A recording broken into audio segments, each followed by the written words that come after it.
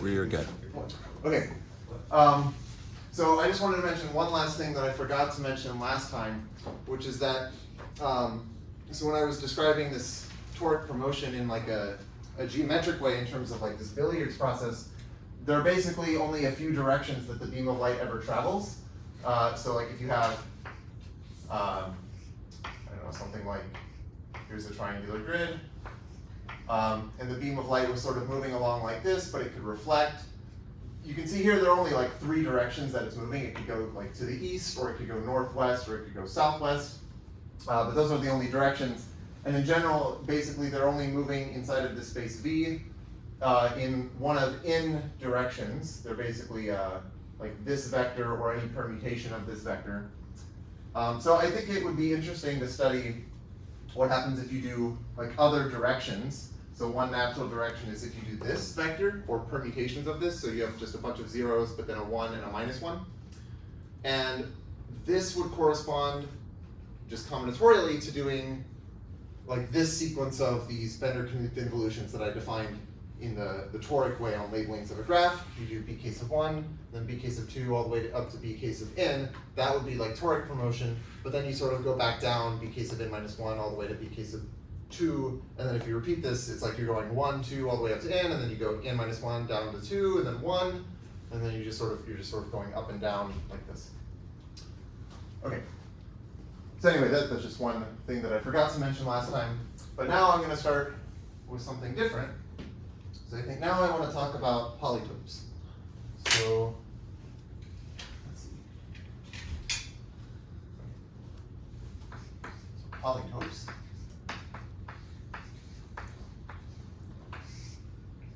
Okay, so first let me just define some basic things. So a polyhedron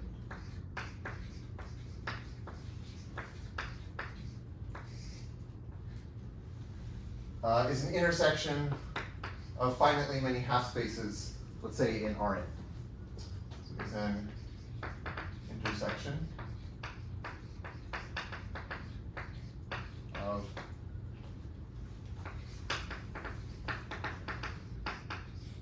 finitely many half spaces in Rn.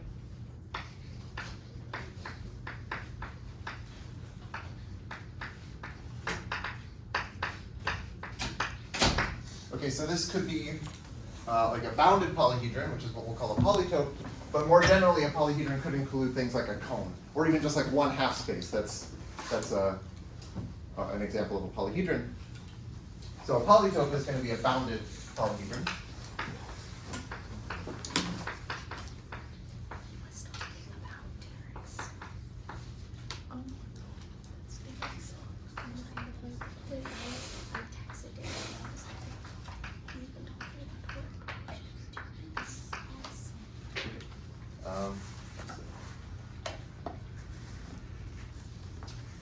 So this is one way of defining a polytope, but then there's an equivalent definition, which is as the convex hull of finitely many points in Rn. So equivalently,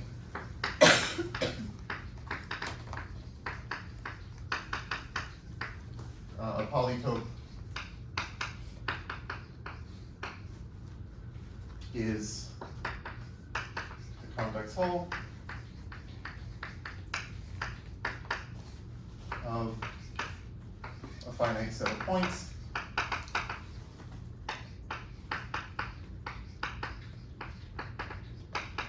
in Rn, let's say.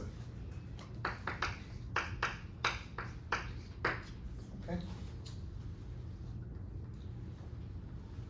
So from polytopes, we can try to get posets from them, which we'll do in this class. So first let me define something called a face of a polytope. So given, let's say a polytope Q, which is living inside of Rn. Normally I would use P for polytope, but since this class is about posets, I'll use P for posets. So here Q will be my polytope. So given a polytope Q and some linear functional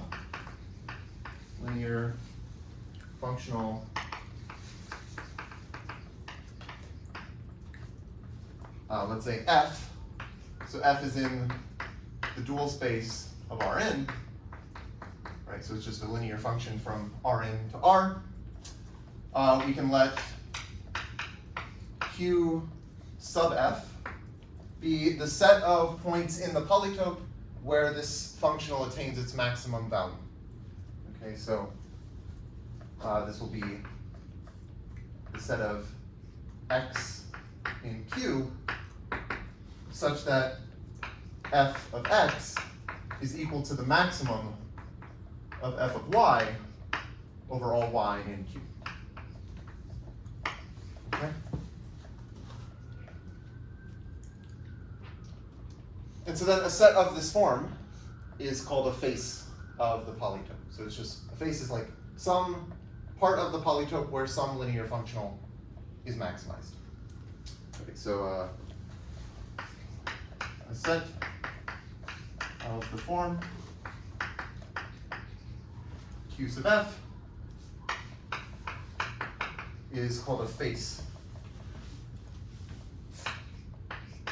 of Q.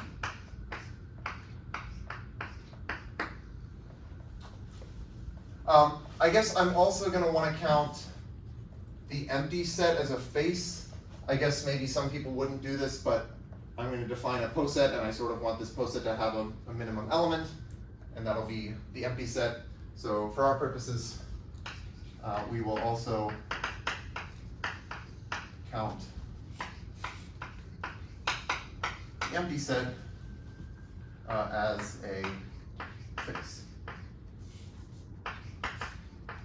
Oh, and let me note that the entire polytope is also a face of itself because it is the set of points where the zero functional is maximized. Right? If you take the zero functional, it's just zero everywhere, and so its maximum value is zero, and then like it attains that maximum value everywhere on the polytope. So note, I guess Q sub zero, so here zero is the zero functional, is just Q.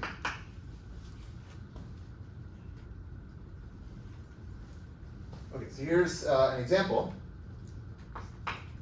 Let's say in 2 dimensions.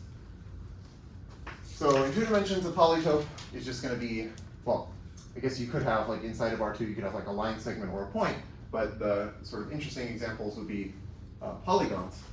So I could have something like this, let's say a pentagon like this.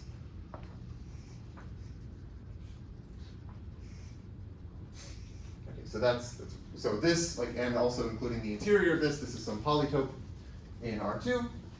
And let me draw some of its faces. So let's say I took a linear functional. Like if I think of a linear functional, you should imagine it like a sort of a vector that's pointing in some direction so that it increases as you go in that direction. So I can imagine a linear functional that's like going in this direction. So what I mean by this is like this is some functional f, and like the level sets of this function would be hyperplanes or lines in this case that are orthogonal to f, or orthogonal to this vector, I mean.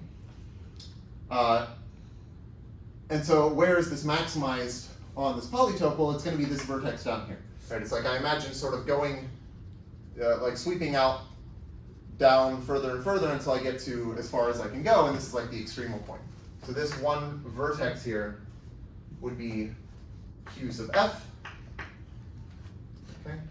I could do another example. Let me do this with a different color, say green. So if I had maybe a functional that points, let's say, in this direction, okay, so this is supposed to be drawn so that it's like orthogonal to this line segment here. So let's say that's G. Then the place where G is maximized on this polytope is going to be this entire line segment. So it's going to be an edge of this polygon. So this entire thing would be Q sub G.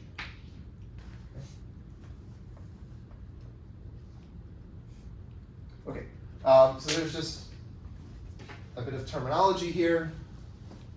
Terminology.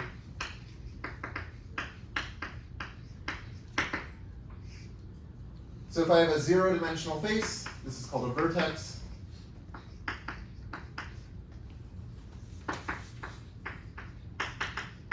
right? So like here, this is a vertex. This polygon has 5 vertices. A one-dimensional face is called an edge.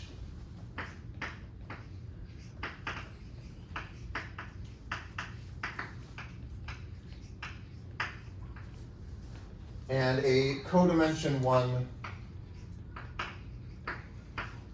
face is called a facet.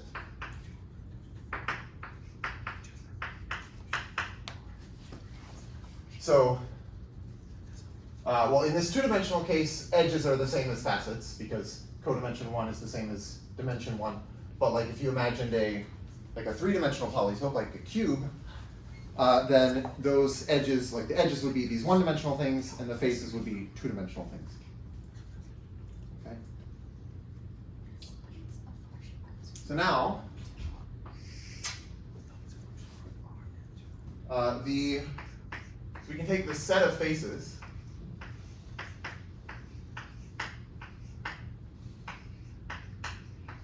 of my polytope cube, which I will, so I'll take this set of faces, but I want to put a partial order on them, so this is just going to be ordered by containment. So the set of faces of Q ordered by containment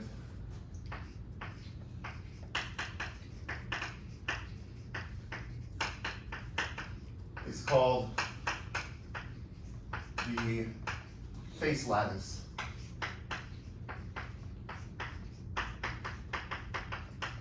of Q. Okay, so let me make a couple remarks about this. One is that I'm calling it a lattice, and it is actually a lattice. I'll prove that in a second. It's not hard. It's basically the same kind of proof that we've seen many times, where you show it has a maximum element and like the meet is intersection. Also, okay, so like if you Google search lattice, you won't find like a mathematical thing. You'll get like a picture of like these lattices that you can put like I don't know, on the side of a building or something. You know, they look like this kind of thing, right? And then you put them like on the side of a building. So I thought it would be cool to like buy one of these and then print out a bunch of people's faces like from the department or something and like glue them to this lattice, and that could be like a Halloween costume for a couple days from now. But it's pretty hard actually to buy these, and I think like when I tried buying it, it was like really big. So I didn't buy it. Also, I don't have a printer. I don't know if there's like a good way to print like in color just like a bunch of people's faces, but yeah. So although you could use the math department printers. Yeah. Okay. So actually, I'm wondering about this. Like I've never done this, but is there a good way to? Can I just do that? Yeah. Okay. There's a colored printer. Okay. Can you print from your computers? Maybe. Okay. I'm sure you could. Yeah. I think that's the point of it. Okay. 'Cause Yeah. you're employed. Right. Yeah, that's right. So There's also like this poster downstairs at the bottom of the like science center with like all the faculty members' faces on So it. you steal But, it okay, and I can't just like steal the poster. That's true. Okay. But there's also on the website the same. That's true. Yeah. Okay. So I could go there. I just have to print, which maybe is not that hard. But then the issue is still getting the lattice. Wait, are you planning to order the faculty like by? Yeah, okay, yeah. Then I have to decide a partial order on faculty members. Right? I'll figure out who the judges for the contest are, and I'll put them at the top. Harris, I think it's Williams and either Harris or Philwood. Okay. Interesting. Okay, I'll think about this. Maybe this could work. We'll see. If not, I have a less exciting backup plan. But okay. Okay. So anyway, we have face lattices. Right. Okay, let me give an example.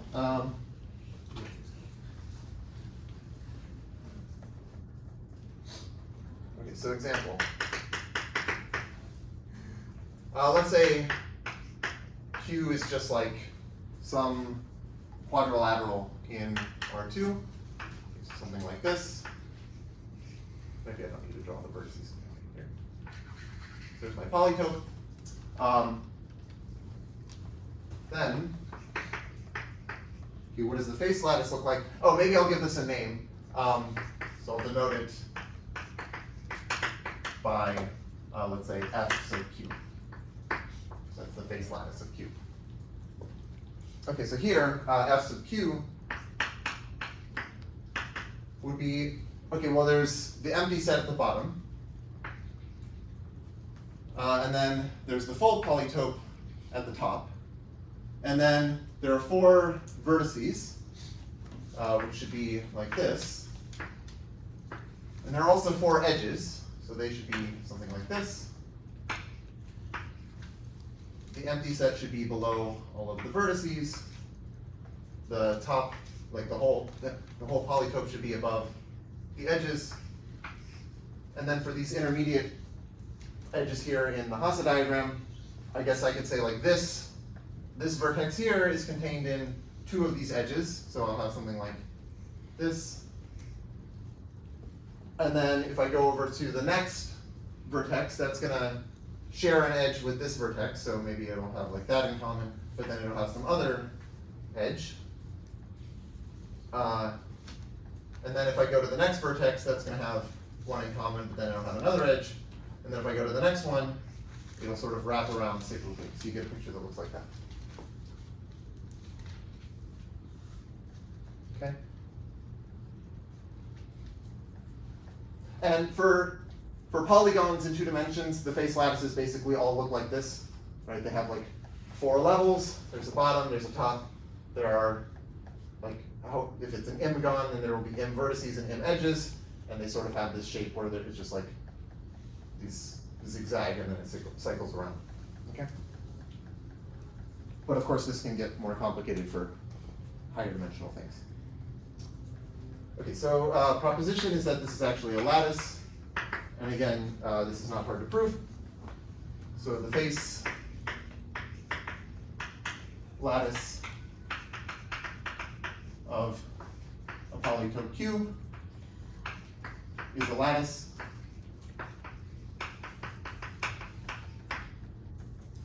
And here's the proof. Well, it's again what we've seen before. So the meet of 2 faces is their intersection. Oh, I guess, okay.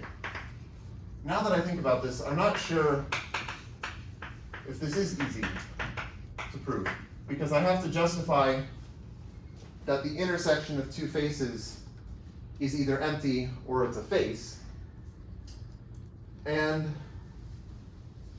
that seems intuitively obvious. But a general rule about things with polytopes is that there are things that seem intuitively obvious, but they're very annoying to prove. And there are also things that seem intuitively obvious that are actually false. And I'll give an example in a second of one of those. But, so actually an example is like, these 2 definitions are equivalent. So it's a bounded polyhedron, or it's the convex hull of finitely many points. And intuitively, this seems like, okay, those are obviously the same thing. But I think actually proving this is kind of annoying. I don't want to do it, but like you can look this up in books. There's a nice book by Ziegler about polytopes. I think he goes through the details, but it's actually like weirdly annoying to actually prove this. So maybe I shouldn't claim that this is easy, but I'm going to assert that the intersection of any 2 faces is either empty or it's another, well, yeah, any 2 faces, their intersection is a face, and I'm counting the empty set as a face. So if you assume that, then okay, this is easy. So we have the meet, and then of course there's a top element, which is just the entire polytope. Okay, so also Q itself is the maximum of f sub Q. Okay.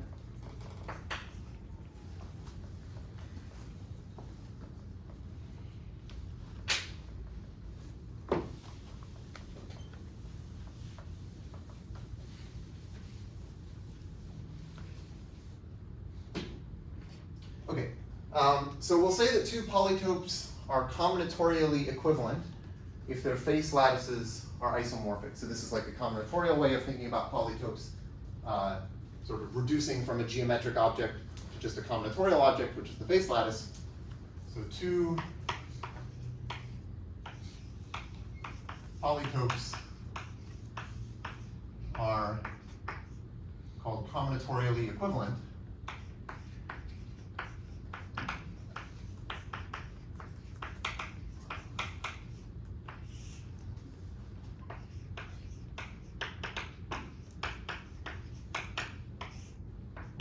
if their face lattices are isomorphic.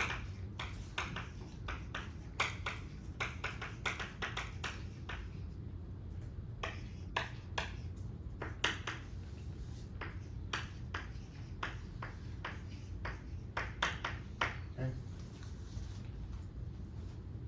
So as an example, if I'm in 2 dimensions, then any 2 imgons are going to be combinatorially equivalent. Any 2 imgons in R2 are combinatorially equivalent.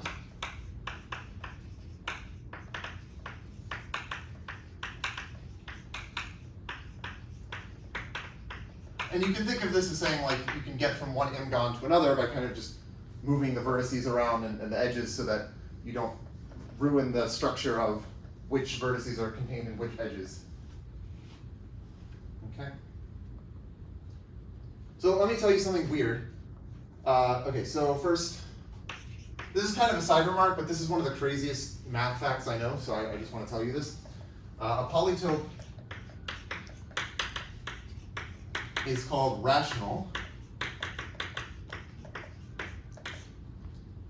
if all of its vertices have rational coordinates.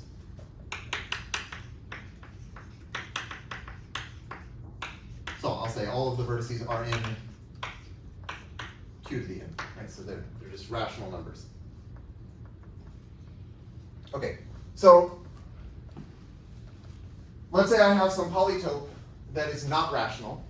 I might want to transform it into another polytope that is rational. And there are actually reasons you might want to do this. So rational polytopes are important for various reasons. There are these things called toric varieties, for example, that correspond in natural ways to polytopes. And in those cases, you want to have rational polytopes because they have, like, toric varieties are defined for those and they're nice. So anyway, there's a reason you might want to take like some arbitrary polytope that has vertices that are not rational and maybe transform it into one that is rational. And you could think, well, okay, I'll just take whatever polytope I have and just slightly jiggle the vertices, like just move them slightly, perturb them so that you can take whatever polytope you started with and turn it into a rational polytope that is combinatorial equivalent to the one that you started with. So the weird thing is that you can't actually always do this. So the crazy fact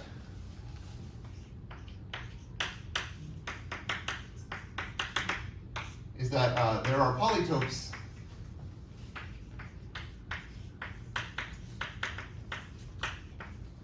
that are not combinatorially equivalent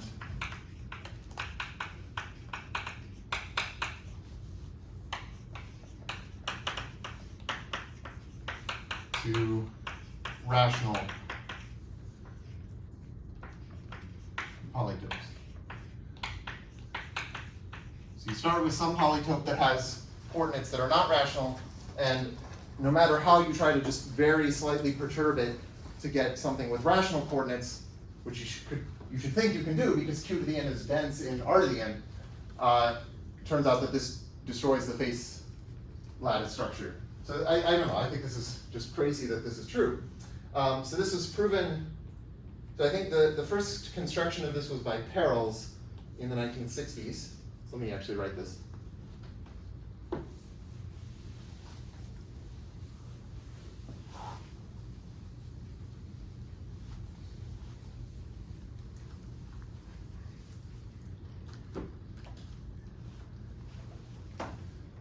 so in the 1960s, Perels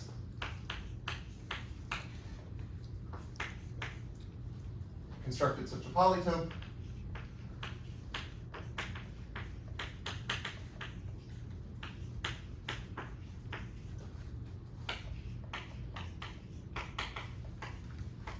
And this polytope had 12 vertices, and it was in 8-dimensional space.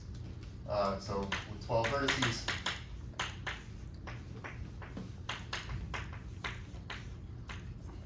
and it was in R to the 8.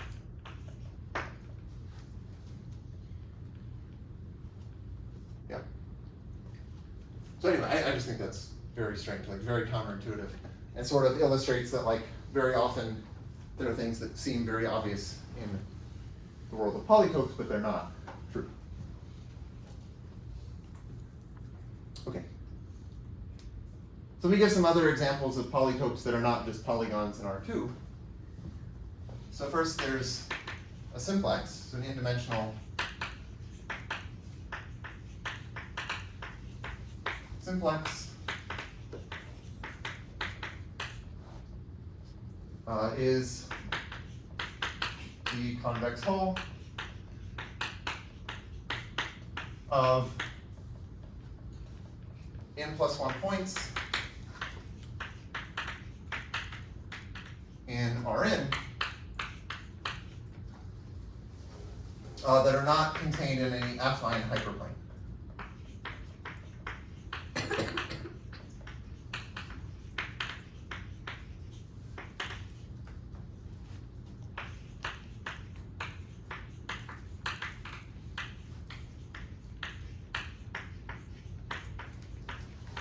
So like if n is 2, I'm saying a two-dimensional simplex is the convex hull of 3 points in R2 that are not contained in a line, and that's just a triangle.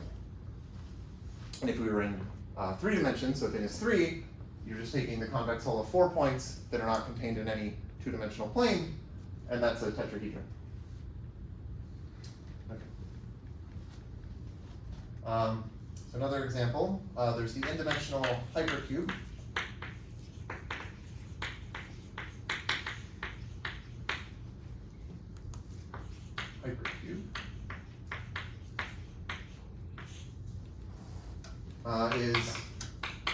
So I guess maybe you could argue that hypercube should refer to anything that is combinatorially equivalent to what I'm about to define, but I'll just give a specific realization of this, so one particular way of constructing the hypercube, which is natural, and this is just the convex hull of the 0, 1 vectors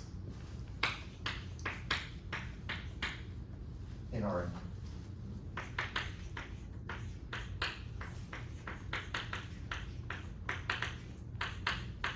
So just all of the points in Rn whose coordinates are all 0s and 1s. So there are 2 to the n of those. If you take the convex hull of those 2 to the n things, then you get a polytope, which is the hypercube. So like in 2 dimensions, this is just a square. In 3 dimensions, this is just a usual cube. And then in higher dimensions, it's this thing. Any questions up to here? Okay, so here's another example of a polytope. This is the n-1 dimensional permutahedron.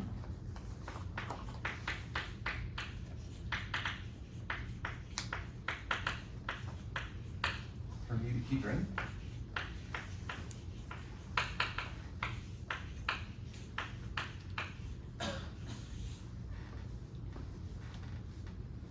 Is the convex hull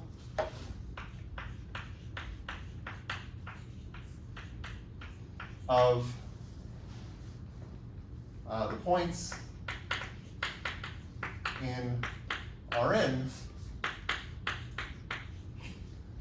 of the form, well, basically you take a permutation and you think of it as like a vector in Rn.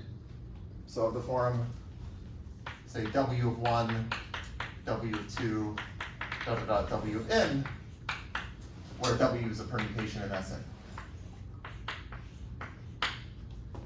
Okay.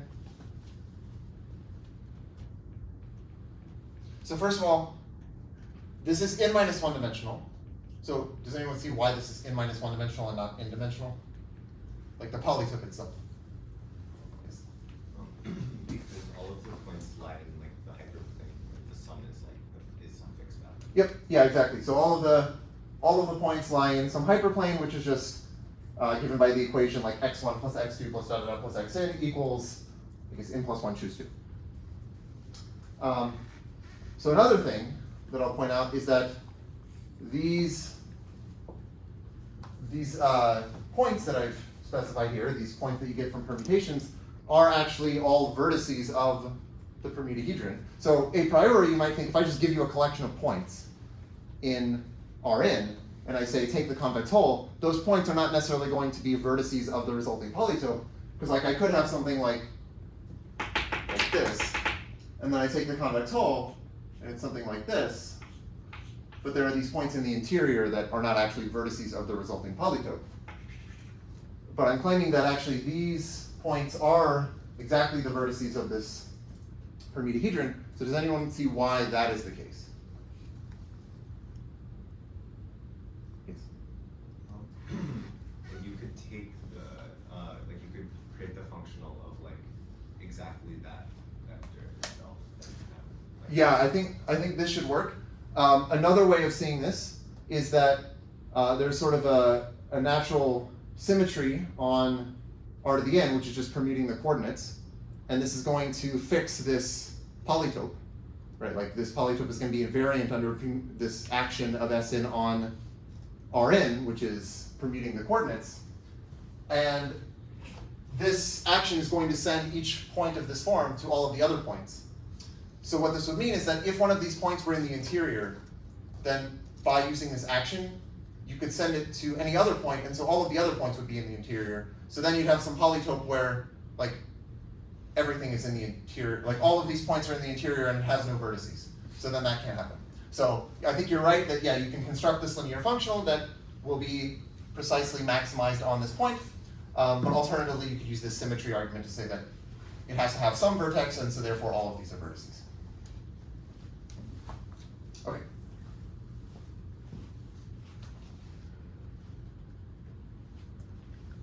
Okay, let me just draw the permutahedron for n equals 3,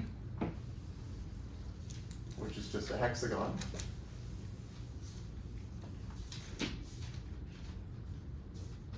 So here's the example for n equals 3.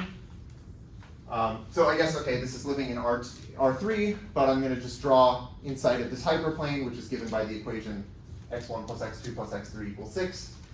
And so if I draw just inside of that hyperplane, I have these points, which are, so here's going to be like 3, 2, 1.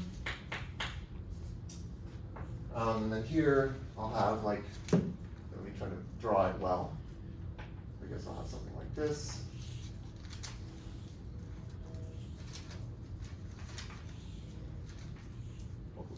It's not exactly, whatever. Okay, it's supposed to be a regular hexagon, but whatever.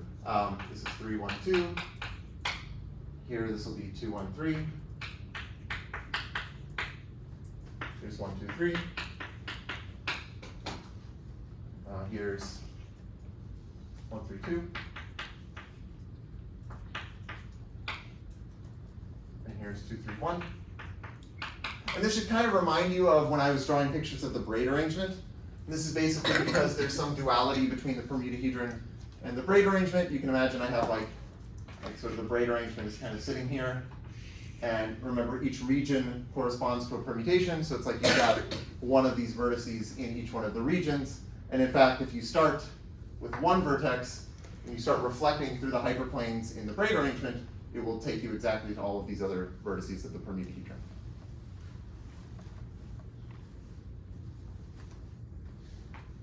Okay.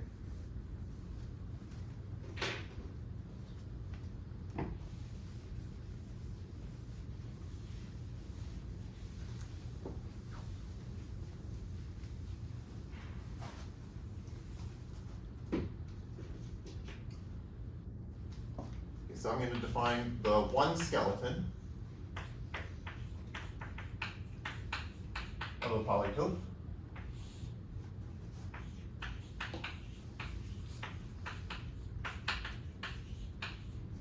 This is just a graph obtained by taking the vertices and the edges of that polytope and just thinking of that as a graph. So like here, like I take this polytope, which is some hexagon with like including the interior, but if I take just the vertices and the edges, I get this graph, which is like a 6 cycle. Okay, so one skeleton of a polytope Q is the graph formed by its vertices and edges.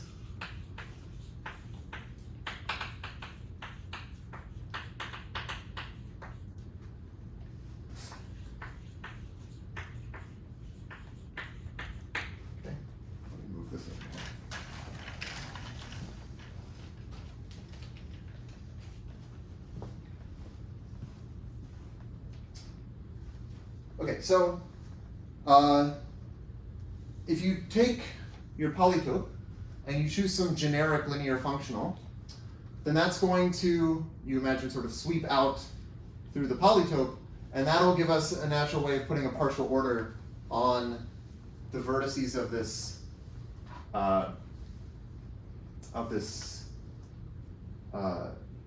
graph.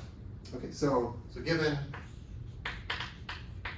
a generic, so generic, I guess you can make this precise, but think of it as just kind of like a randomly chosen linear functional.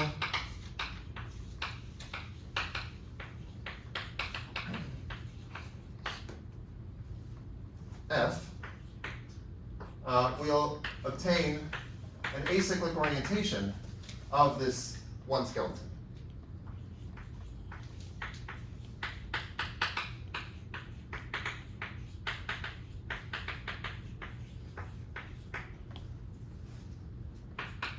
Of the one skeleton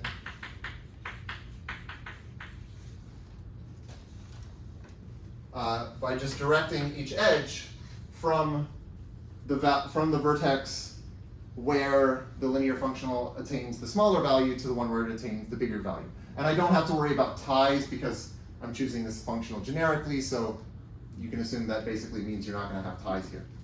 So it's an acyclic orientation of the one skeleton by directing each edge from,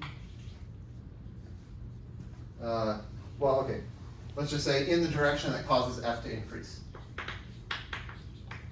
In the direction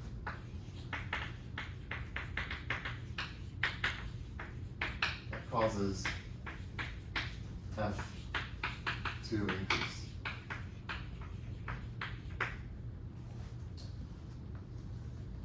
Okay, and then this is going to put a partial order, so remember, I guess a few days ago, or like maybe last week or something, I said that when you have an acyclic orientation on a graph, this will give you a Poset structure on the vertices. Yes? You know. Oh, sorry. What was the reason why the ties don't matter? Oh, so when I'm assuming there are no ties. Oh. Just because it's like, okay, if I'm here and I pick just a functional at random. Oh, you're saying with probability 1? Yeah, with probability 1, it's not going to face exactly toward some edge, so you're not going to have ties. But that's basically why I need this generic condition.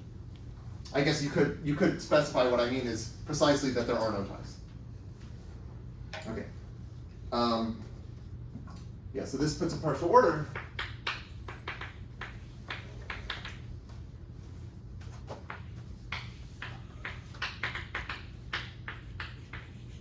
Maybe I'll call this less than or equal to sub f on the vertices.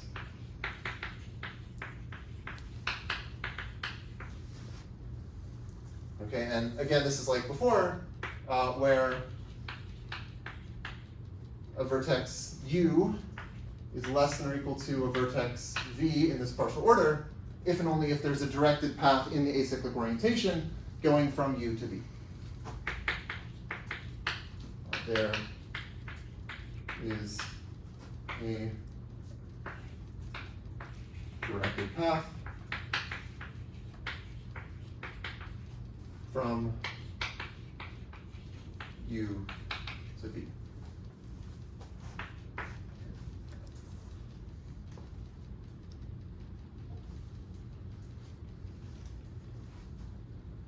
Okay, let me do an example.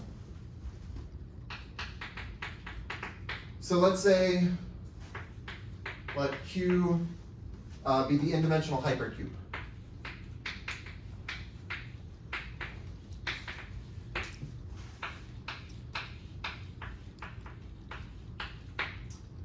And I'm going to choose my linear functional. Okay, I said generically, but actually I'm going to pick a specific one so it's not random, but it won't have any ties, I guess is the point. So let f of x1 through xn, this is my linear functional, and it's just going to be the sum. So it's x1 plus da da da plus xn. Okay, then, if I take the set of vertices, set of vertices of Q under this partial order. Okay, so what is this? It's going to be some poset. What should this be?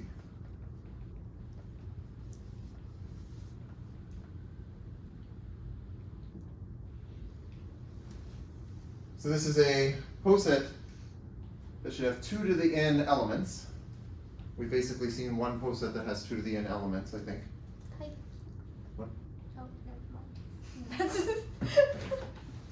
So this should be the Boolean lattice. Wait, yes.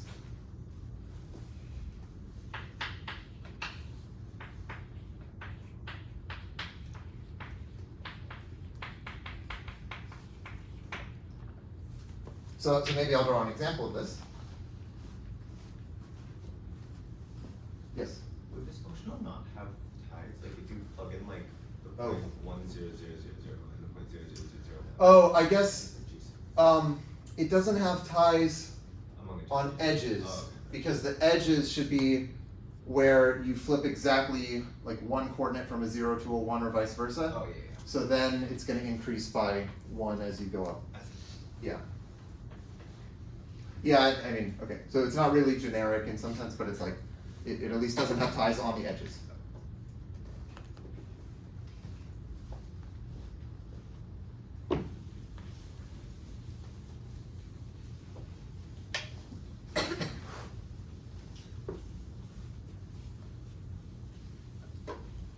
So the picture for 2 dimensions is like, here's n equals 2.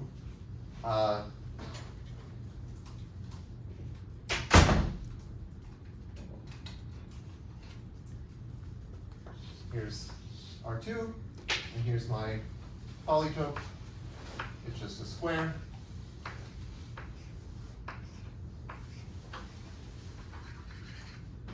And the one skeleton is just like the cycle graph here with 4 vertices. And if I choose my linear functional, well, the linear functional is going in this direction. It's like that. And so if I orient my one skeleton according to this linear functional, then it should be going like this. And then if I just turn this acyclic orientation into a polytope, into a poset, that's this, which is the Boolean lattice for n equals 2. Okay.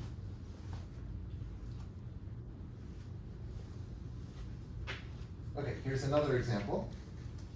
So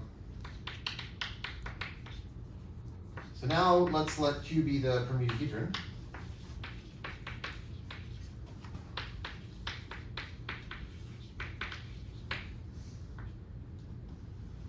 Permutahedron.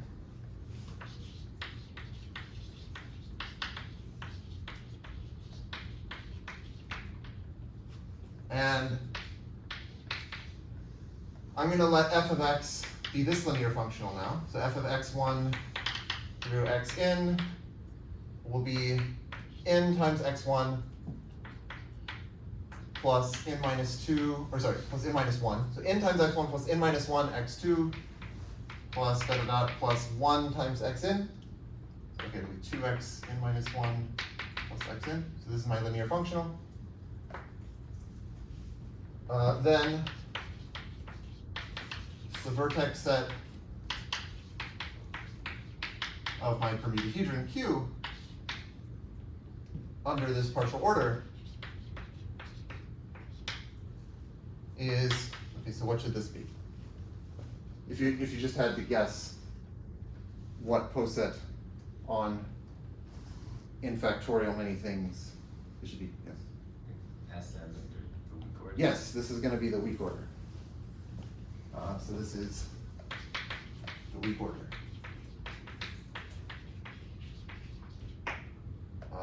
On Sn.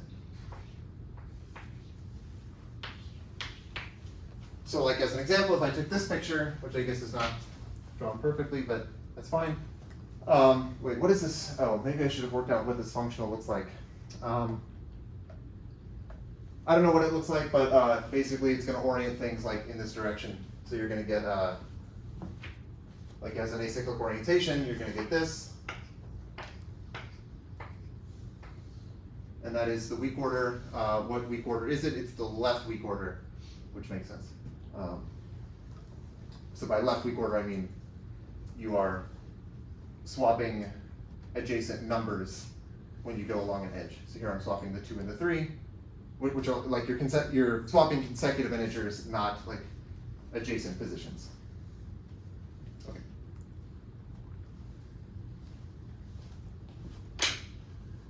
Okay.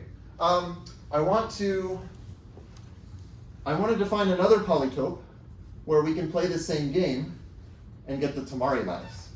But that's going to require a little bit more work, and I think it'll be kind of interesting to go through just explaining how to analyze this polytope. I think it'll help get us familiar with thinking about linear functionals and polytopes and things. So this is going to be something called the associahedron. Okay. So first let me define Minkowski sum, which I guess is a general thing you can do with sets in Rn. It doesn't have to be polytopes. But okay, so the Minkowski sum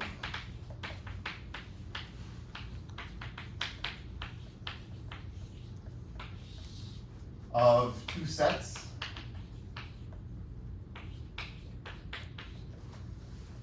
A and B in Rn is, well, it's just the set of points that you can get by adding a point from A to a point from B. So it's, maybe I'll denote this by A plus B. It's just the set of all little a plus little b, such that little a is in A and little b is in B.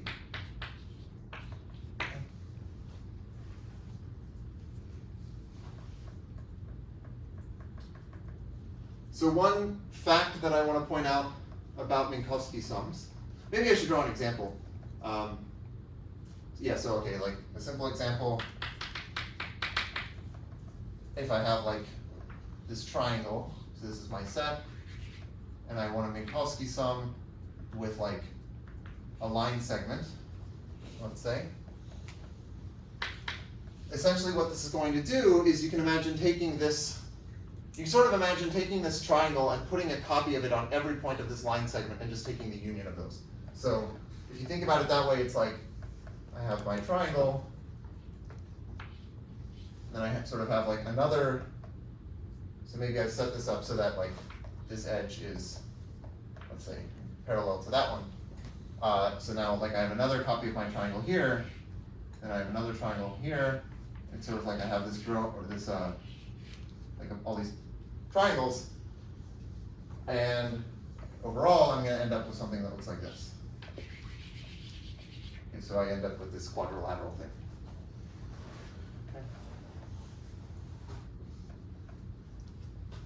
Okay, but now here's just a fact about Minkowski sums, which is about their faces.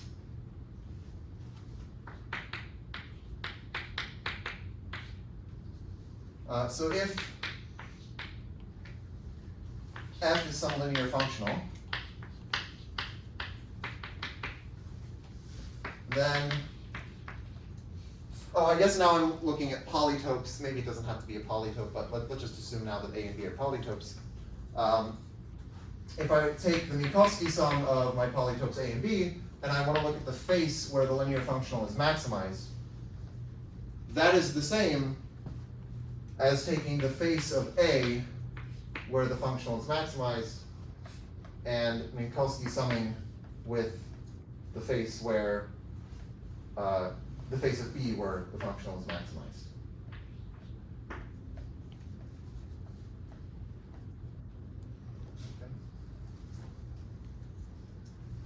So this is a useful way of understanding the faces of a Minkowski sum in terms of the faces of the the individual Minkowski summands. Okay, I'm going to let EI be the ith standard basis vector in Rn. EI be the ith standard basis vector in Rn.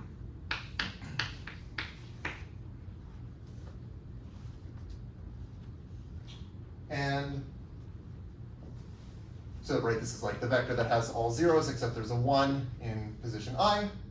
And if I take some subset of the numbers from 1 to n, I'm going to let delta sub I be the simplex that I get by taking the convex hull of like the indicator, well, okay, it's the convex hull of EI for I and I. Okay, right, so this is just going to be, this is my notation for convex hull of the set of E sub I such that I is in I. Okay. So this is some simplex. This is a simplex whose dimension is 1 less than the cardinality of the set I. But this is living inside of Rn, I should say.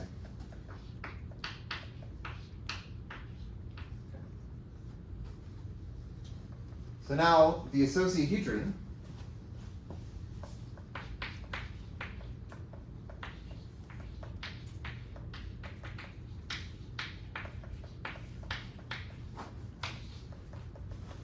is this polytope, maybe I'll just call it A sub n,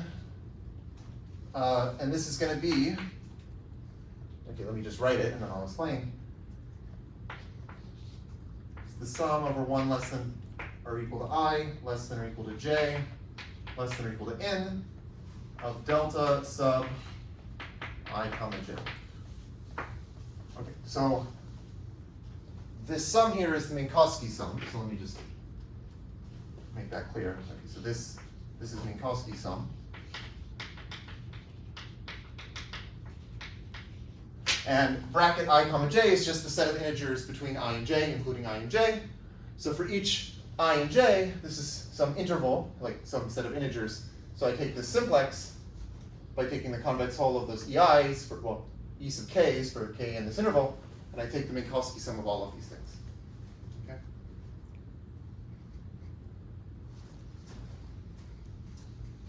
Okay. I guess one thing I should say is that this is not how the associahedron was originally defined. So it was originally defined, I think, by Stashev, maybe some other people. And it was originally defined just as the face lattice. So people originally said, like, here is the face lattice, which is just a poset. And it was sort of suspected that you should be able to obtain this poset as the face lattice of an actual polytope. And then there were various people who came up with ways of constructing the associahedron. This was not the first way of constructing the associahedron, but it's one of the more famous ones now.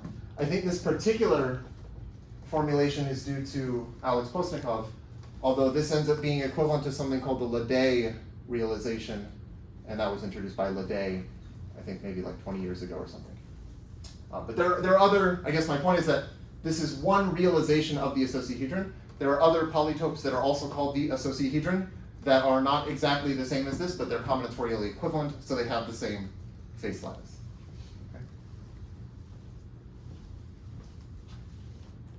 Okay. I kind of want to do an example. I don't know. Okay, maybe. I'm worried this will take too long, but I guess we can pick up on it next time if it does.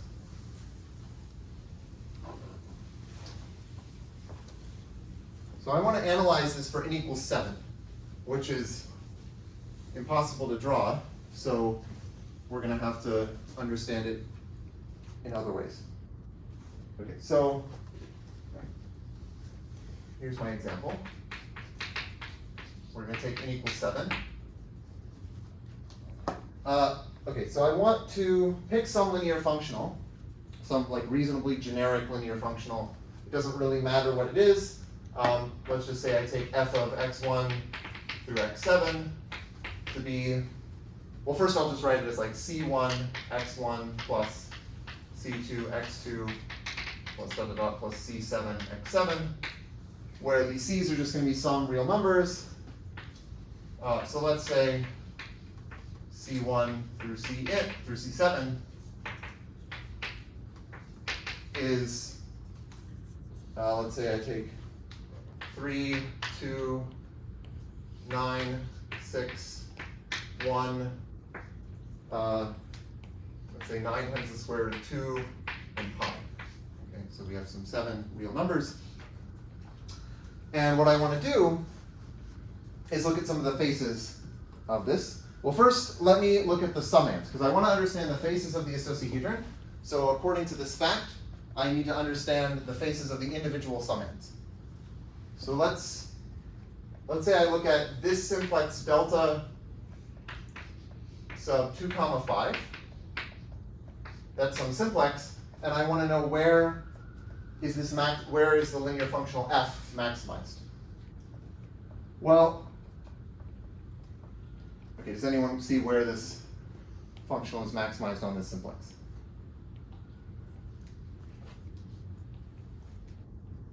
So this is like a reasonably generic functional, so it's going to be maximized on a vertex of the simplex. The vertices of the simplex are just E2, E3, E4, and E5. So I just want to know, like, which of those 4 vertices will f attain the maximum value on. And, well, what is f of E2? It's just going to be, like, the second, it's just C2, right? It's just the second number here. If I evaluate like f of E2, that's just going to give me C2. So that's going to be the second number in this tuple. And similarly, f of E3 is going to be the 9, which is the third number in the tuple.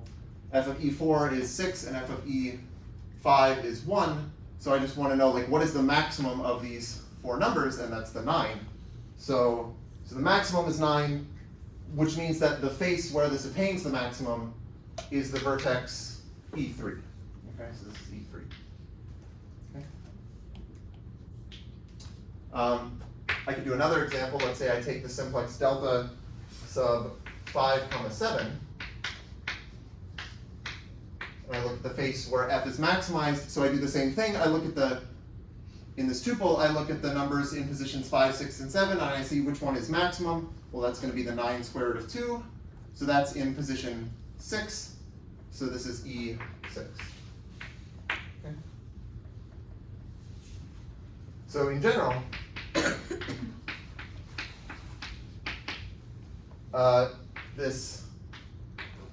if I take delta ij and I look at where the functional f is maximized, this is going to be E sub, I guess let's call it E sub k of ij, where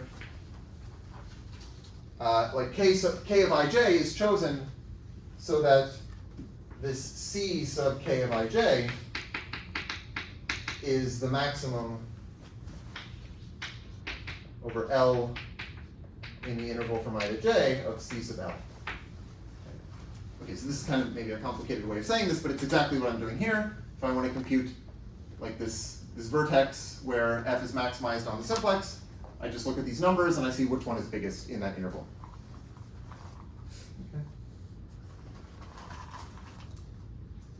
Okay, so what I want to do, so if I take my entire icosahedron, this big Minkowski sum, A7, I want to know the face where f is maximized. Well, let me just call this y1 through y7, just to give it a name. And then, well, what are these y's? Okay, so then y sub m, okay, y sub m is the same as, I guess you could think of it this way. You could think of it as, it's A7, it's the face where A7, where f is maximized on A7, dot product with E sub m, right? That's going to give me, that's just this dot product with EM, so that gives me the ym. But now because of this fact, I can say that, well, okay, A7 is just a Minkowski sum, so the face where f is maximized is just the Minkowski sum of the faces of the simplices where f is maximized. So this is the same as the Minkowski sum over 1 less than or equal to I less than or equal to j less than or equal to 7 of this delta sub ij sub f dot product with em. Okay. And well, what is this? I guess all I'm saying is that this is 0 if m is not k of ij, and it's 1 if m is k of ij.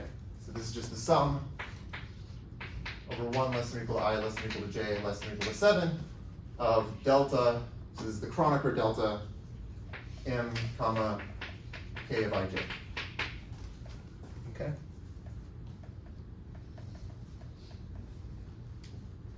So another way of saying this is, so y sub m equals the number of pairs I comma j with 1 less than or equal to I less than or equal to j less than or equal to 7, such that when I take this k of ij, it equals m. Okay, that's just reformulating this.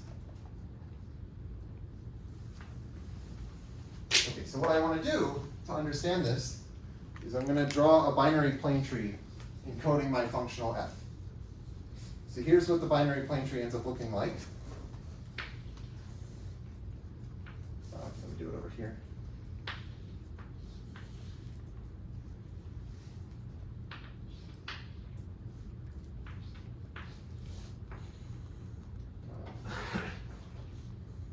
Maybe I'll do this.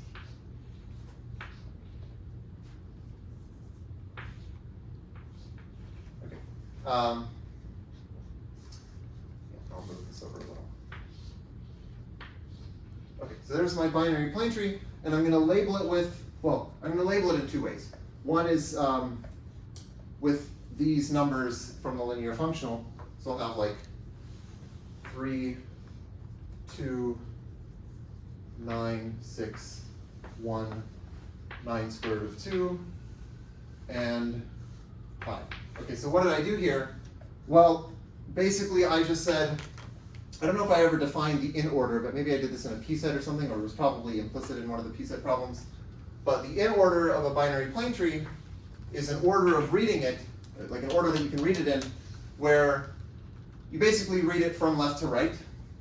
Formally, you can say that for every vertex, you read everything in its left subtree, and then you read that vertex, and then you read everything in its right subtree, and you recursively define this. So if let me mark the vertices according to the in order. Like this vertex here is the first number in the in order. This is the second one. This would be the third. This is the fourth. This is the fifth. This is the sixth. And this is the seventh. And now these white numbers are just coming from saying, take this tuple and write them down according to the in order. Right? So the 3 is the first, 2 is the second, 9 is the third, and so on. Okay? Okay. So then, my claim is that, oh, I guess I want to do one other thing. I want to take this binary tree and append leaves to it so that these become internal vertices, and every internal vertex has exactly 2 children. So what I mean is, I'm going to take this vertex here and add a little leaf to it so that now it's an internal vertex with 2 children. And here for the 2, I'm going to add 2 leaves so that it becomes an internal vertex with 2 children. And now I'll add a leaf here. I'll add 2 leaves here. And I'll add 2 leaves here. Does that make sense? Now every white vertex has 2 children, and I've just added some leaves to make that true.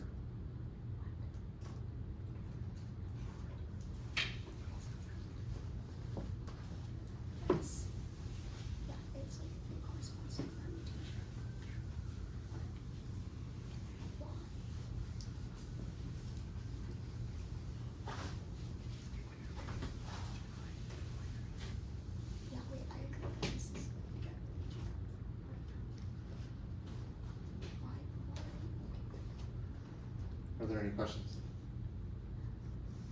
I think I missed this. Okay. But why are we looking at, so like I know that this is the one that bijects to like the permutation of the elements that like in the order that they're in. But Mhm. like, why are we looking at Why? Okay, yeah. So this might not be apparent why this is the natural thing to look at, but I will show you in a second. Maybe if I show an example, I think then it'll be clear why. Like for now, it might seem like I just took this out of nowhere, Okay. but And why, what are the yellow numbers? the yellow numbers are just labeling it in the in order. So this is the first number in order. This is the second. Order? The in order is where, so you can define it, I mean, it's basically going from left to right, right? If I sort of scan along, it's like leftmost, and then I go here, 2, 3, 4, 5, 6, 7, Okay. from left to right. You could define this recursively by saying that for each vertex, you read its left subtree in order, and then you read that vertex, and then you read the right subtree in order. Awesome. Okay.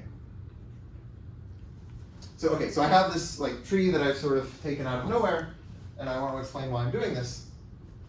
So what will happen is this y sub m that I'm trying to compute ends up being what I'll call L sub m times R sub m. Okay, so what are these? Where L sub m, say respectively R sub m, is the number of leaves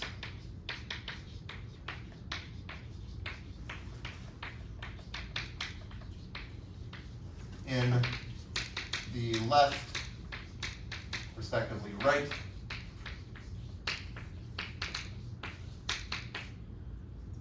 subtree of the node